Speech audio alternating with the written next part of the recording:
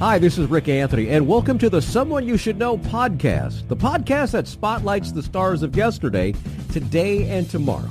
So sit back, relax, have a cold one, and get ready to meet someone you should know. Yeah, in this episode of Someone You Should Know, I'll introduce you to a musician from the same town that I do my afternoon radio show in LaPorte, Indiana. I met him for the very first time when I brought him on stage at LaPorte Lake Fest 2021. We had a wonderful night. Boy, did he entertain the crowd. They really loved his music. He's a singer, songwriter who's managed to release 12 independent albums without the aid of a record deal. That's quite an accomplishment right there.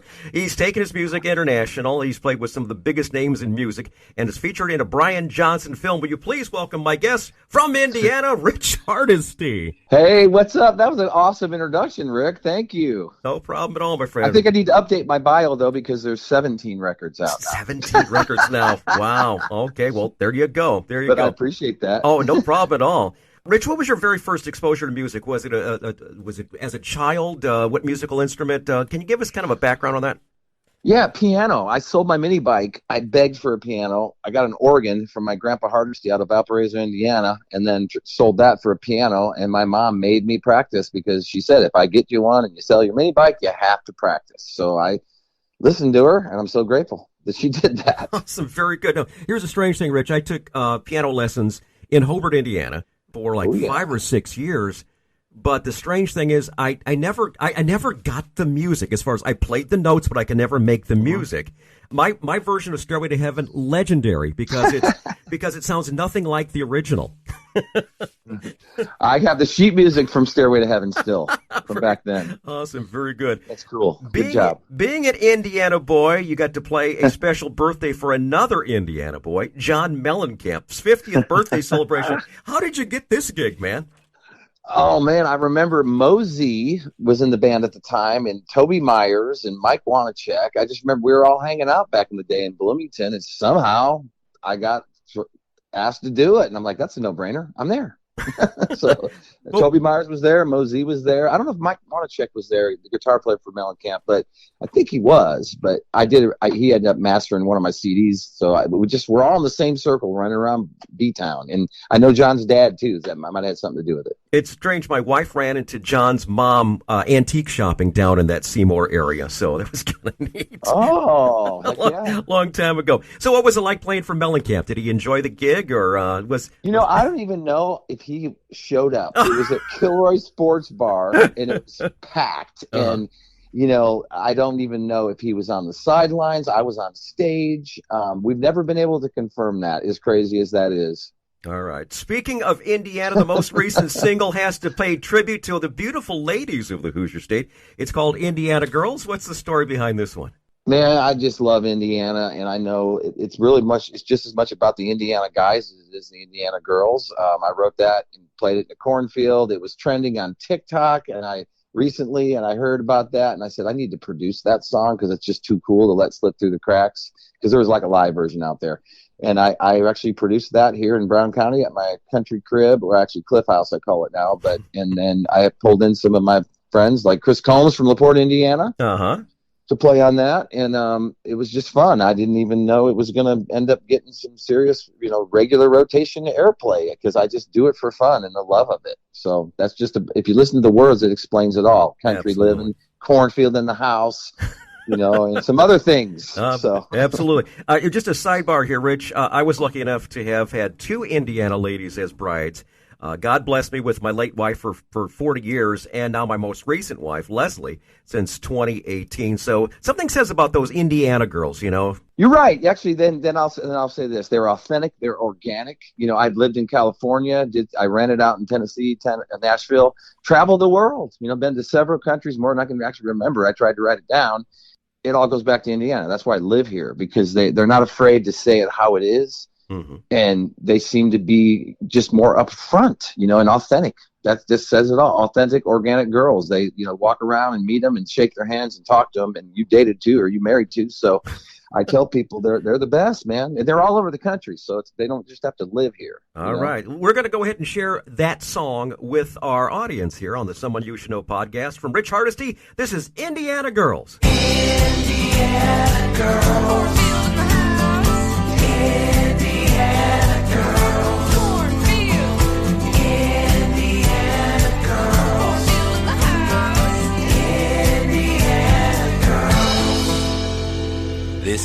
another drinking song for you.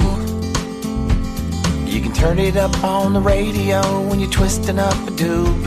You can sing it when you're dancing, drinking with your friends, humping it in your head when the weekends. Hurricane, there she blows. I remember the curly redhead with the purple painted toes. So put your drinks in the air, wave them around like you just don't care. This goes to the girls who like to sit up on the couch with just their underwear. I remember the first kiss that she gave to me. We were standing outside in the corn. I remember the first time she stayed the night. We slept in the back of the barn. Growing up in Indiana, we're lucky to be alive. I still get a kick out of hanging in the sticks and living the cornfield life. I sing Indiana girls, Indiana girls, cornfield, Indiana girls, Indiana girls. So here's a little story to tell. I took her in a cornfield and we raised a little hell. I would never tell the teacher, but I know that she got high in the front row and she did it well. Everybody loves the Indiana girls, craziest girls in the world. So put your drinks in the air, rock and roll, wave them around like you just don't care. Indiana girls like to sit around the fire in long underwear. Indiana girls like to spin around the bottle, play truth or dare. I remember the first kiss that she gave to me. We were standing outside in the corn. I remember the first time she stayed the night. We slept in the back of the barn. Growing up in Indiana, we're lucky to be alive. I still get a kick out of hanging in the sticks, getting Indiana high. I still get a kick out of hanging in the sticks and living the cornfield life. Indiana girls, Indiana girls, Indiana girls,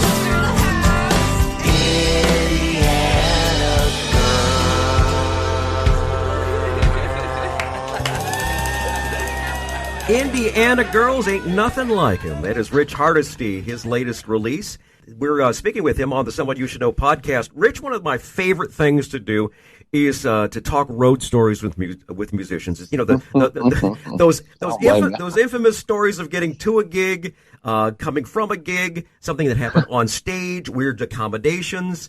I know you've got a couple to share with our audience here, so I'll leave the floor to you, sir. Okay, a fast one. Chris Combs, LaPorte. I mean, we were driving back to Bloomington back in the 90s, and we're in the van, the 1994 Dodge van. He goes, man, I got to go to the bathroom. We're heading towards Martinsville. And finally, he disappeared. I pulled over. He disappeared, ran up in the woods, came back, and goes, I go, what the heck did you do? And he goes, well, I had to use a leaf. There's one. And then another one heading to Kingston, Jamaica. All right. I'm heading to Kingston, Jamaica. I went to Jamaica like more than I can remember. And finally, I got a chance to work with the Marleys. So I dropped everything, flew to Negril or Montego Bay, drove into Kingston, and dangerous as ever. Like, it's probably not a good idea to just go to Kingston, but I knew what I was doing. I've been there enough. Ended up meeting Capleton. Okay, just Google him. I hung out in the yard with him with all of his dogs. sang a song that I wrote, and then I ended up working with Julian and Marley because of that. So, sometimes you take a risk and you do something that's dangerous, but there's a price to pay. If you take a risk, then there's a price, and then you get something, but you might have risked your life for it. So I would say, man, I'm lucky to be alive. But because I did that, I worked with Anthony Cruz, Bongo Herman, Sly Dunbar, Bob Marley's drummer, and some of his horn section, and that album was amazing. And then I got invited back to do Bob Marley's birthday for that, so I went to Kingston again. Well, actually, I went in and out of there 5 times during that project, but at the end, I ended up playing on Bob Marley's birthday with the Marleys to celebrate Bob's 71st birthday. So that's a crazy story. There's a lot more to that story. I had 15 of my friends and fans follow me to Kingston for the big party, and we all risked our lives again going in and out of there on a tour bus. But the best road story, because there's so many, but this one is just insane. So I was at Peyton Manning's house with my mom and my girlfriend at the time on Memorial Day. He just had neck surgery, and we're sitting there having a margarita together with Ashley and Peyton Manning, and my mom is just floored because the 2 babies, Marshall and Mosley, were just born, and we were holding them. And it was a moment, but that led. I was in Miami because I've been to a couple of their homes at the time, a few of them, and we were in Miami. I know this sounds like you're asking me for a road story. And when I tell this to my friends, they get weird and they look at me weird because they're like, "Are you making this up?" But no, it happened. And so I'm in Miami at the Continuum. They have a big tall condominium there, and Ashley wanted to be in one of my videos because Peyton loved one of my songs, Absolutely Mangoed. Because I remember one time getting a video of him in Miami singing it in the Escalade. So I'm like, wow, that's cool. Maybe I ought to do something with this song. And so I didn't know Ashley was going to end up in the video. I stopped in Miami on my way with 311 cruise ship. We were on our way to the Caribbean, hopping on the cruise. So I told them I was in town, and Ashley goes, "You're shooting the video." My friend Stephanie said she wants to be in it. And so we pulled over at the last minute and shot part of the video on the balcony with Marshall and Mosley. They're not in the video, but they were out there while we shot it. And then I went off to the Caribbean to finish the video. But I just think, that was nuts. That's a road story. It wasn't planned. I had no idea she wanted to be in the video. I knew that Peyton liked the song, and I knew I was going through Miami to hop on a cruise.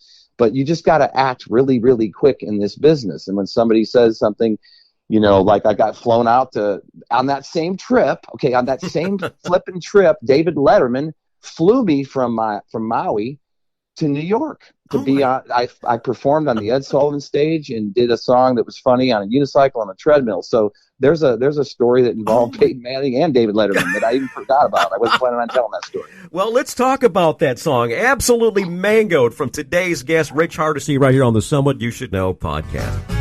Kick back, here comes the weekend. Ain't nobody got feel no pain tonight. Outside on a patio, a newsman said there ain't no rain in sight. Got a smile on my face, drinks to the sky. It's a win-win situation, everybody's fine. Ain't got to be no Mardi Gras weekend or the gosh damn 4th of July. The weekend's almost over.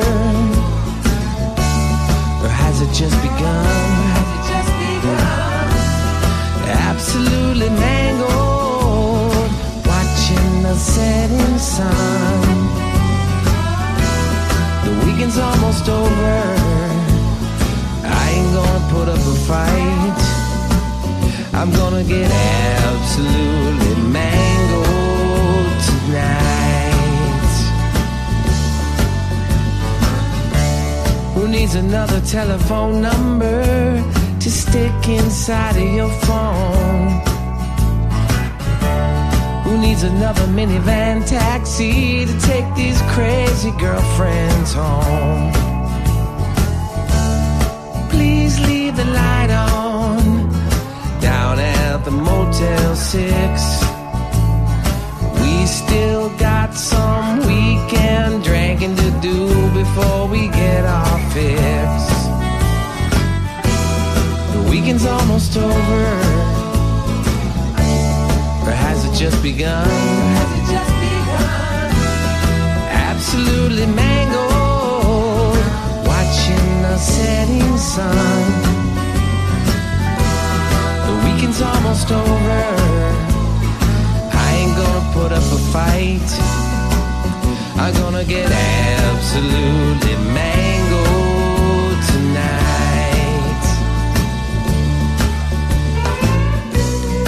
We can forget that we ever had our day job, as we're staying up all night.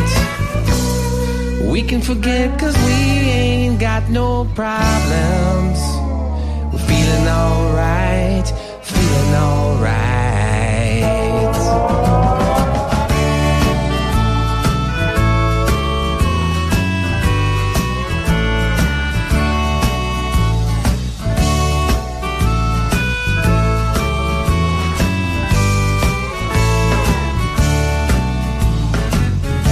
Thank you, heaven, for the Sunday evening, putting the peaceful in the landscape of our mind. Drinking song, come a dime a dozen, yep, and a good one is hard to find. So send an invitation to your friends and tell them where you are, as we sing along to this drinking song that I wrote here on my acoustic ukulele. The weekend's almost over, or has it just begun? Has it just begun? Absolutely mangled, watching the setting sun. The weekend's almost over. I ain't gonna put up a fight.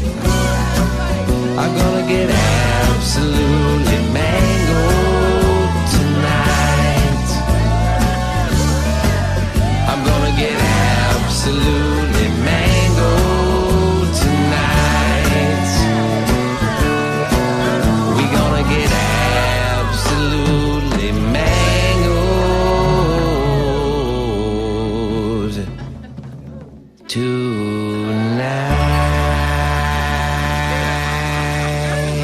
I don't know about you, I'm feeling absolutely mangoed. That is Rich Hardesty right here on the Someone You Should Know podcast. I think I interrupted a thought, Rich. You were talking about the fact that you were on the David Letterman show. Tell us a little bit more about that. Well, I was out shooting a music video in Maui, and I got a phone call from David Letterman, and they asked me to come in and do a stunt that I thought of, which is unicycle, treadmill, harmonica, song, and they flew me right from there, and I call it the Ed Sullivan Stage, but it was the late night show. Uh-huh. So they picked me up and put me at the Dream Hotel, and Johnny Depp was in there doing his thing the same night in the green room, and I got bumped. They it took too much time. They filmed me, and they loved it, and they said, we're going to have you back because it takes too long to set up Johnny Depp and you at the same time. So, very cool. It's amazing how awesome. things happen. You just hang in the right circles and you never know. And here you are on my podcast show. Look at there. Well, thank you, Rick. I'm you know what? I'm honored. It humbles me. You know, LaPorte, Indiana is my hometown, and I love the fact that you reached out to me, and this is great. Yeah. So. We kind of fell in love with you when we saw you last year anyway, so there you go. We knew we were going to find a way to get you on the show because, hey, you know, that's what this thing is all about is we know you here in Northwest Indiana, but this show goes out everywhere. I've got listeners all over the world right now. And, heck yeah. And that's the thing. So maybe you might wind up getting a gig in Kuala Lumpur. You never know. So bring it. I go anywhere. Right. Now, one gig I know you do have is New Year's Eve in LaPorte. It's December 30th. It's Rich Hardesty and the Little Nashvillians, and also the head honchos. Little Nashvilles. Little Nashvilles. Oh, I like Little Nashvilles. Where did I That's after our little town here in Brown County, Little Nashville. Where did I come with the Nashvillians? I like that. I like it too. That's pretty cool. All right, very good. Let's talk about the gig and what everyone's going to see when they buy themselves a ticket here for New Year's Eve. Well, Brett Versity, we went down to IU together, had a lot of fun. So I appreciate him asking me to do it. But Michael Smith, you know, my best friend who started the Y Store, he's with Eric Church now on the road. Mm-hmm. He was just here in Brown County playing. He's Eric Church's guitar tech, by the way. Mm-hmm. But Michael, you know, he'll be there with us that night. Mosey, I think I got Mosey on the ticket for that. From Mellencamp, Jacob Dillman, the Wallflowers. He was with recently Morris Day. He's producing for Morris Day now. Snoop Dogg, I mean, his track record, Earth, Wind, and Fire, it's insane. Chris Combs will be there on the bass.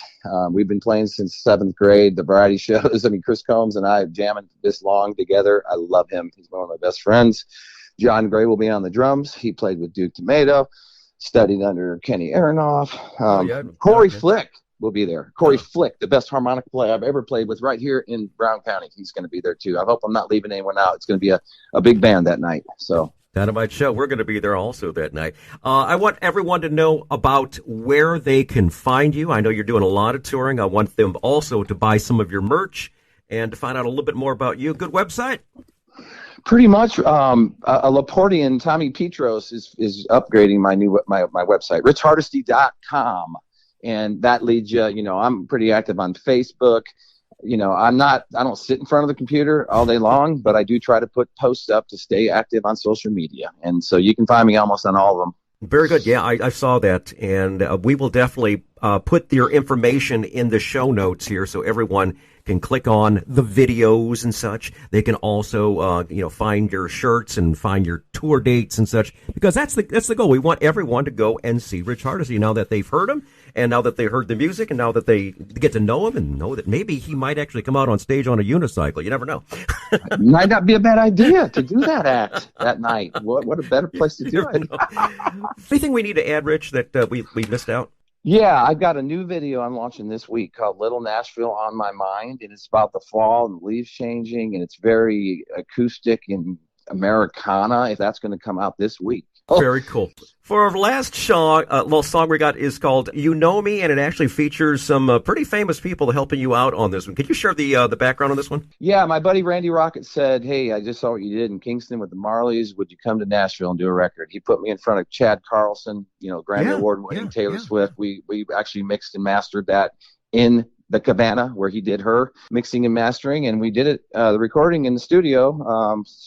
Kenny Greenberg showed up and actually was my project manager. He's from Kenny Chesney. He pulled in some, the drummer from ZZ Top, and it was just a magical Nashville experience. I learned a lot from that, actually. The Street of Broken, is it the Street of Broken Dreams? Boulevard of Broken Dreams? Yeah, the Boulevard of Broken Dreams. In other words, anybody can go there and do what I just mentioned, to be honest with you. If you just ask around, you can all go there. And there's millions of people there, and in and out. And so I'm an older guy. Like, I'm not looking for a record deal, man. I just wanted to go to Nashville and do a great record. And because of those guys, it sounds awesome. It's a great record. It's an EP right now that I don't even really know what I'm going to do with. Now that Indiana Girls is getting so much attention, maybe I'll follow up with one of the songs from that EP. But I love Nashville, Tennessee, so I don't want that to come the wrong way. Mm-hmm. But that song that I mentioned, there's a lot of truth in that song, that just because you go there and you put out something that sounds amazing that you could play on the radio, it doesn't mean that you're going to be the next pop star. And I never want to be. Like, that's not what I intended to do. I just went there because I wanted a recording that sounded amazing. And I feel like I got that. You got the right equipment. You got the right people. And it's just going to wind up being good. And you never know. That's just it, Rich. You never know who's going to hear it and say, something, why isn't this guy on tour with Eric Church or whatever, Right. That's just it. And we love Eric Church, by the way. I love his music too. All right, we're going to wrap up the show with You Know Me, and you do know him now that he's been on the Someone You Should Know podcast. My guest today, Rich Hardesty. Thanks so much for being on the show, brother. We do appreciate it. Thank you. Bless up, my friend.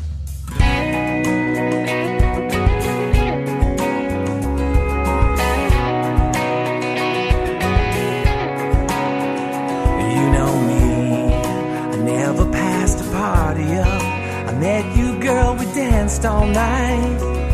Then we fell in love. You know me, your fast lane love affair, a neon romance going nowhere. Yeah, baby, we've been there. You know me, the one you took the ride with, the one that you got high with, the one you said goodbye to for doing what we did, the one you sin for sin with, the one you never end with. Yeah, baby, I know you just like you know me.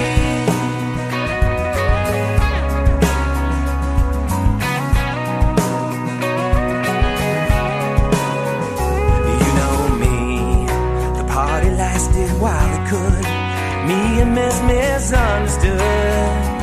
And when the party was over, I took the blame. You know me, the one you took the ride with, the one that you got high with, the one you said goodbye to for doing what we did, the one you sinned for sin with, the one you never end with. Yeah, baby, I know you just like you know me.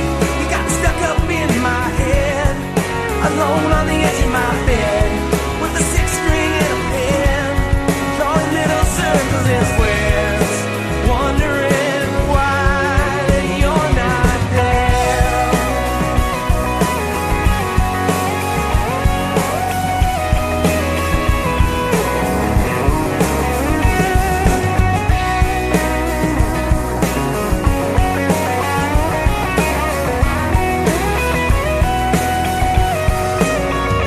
You know me, the one you took the ride with, the one that you got high with, the one you said goodbye to for doing what we did, the one you sinned for sin with, the one you never end with. Yeah, baby, I know you just like you know me, the one you took the ride with, the one that you got high with, the one you said goodbye to for doing what we did, the one you sinned for sin with, the one you never end with. Yeah, baby, I know you just like you know me.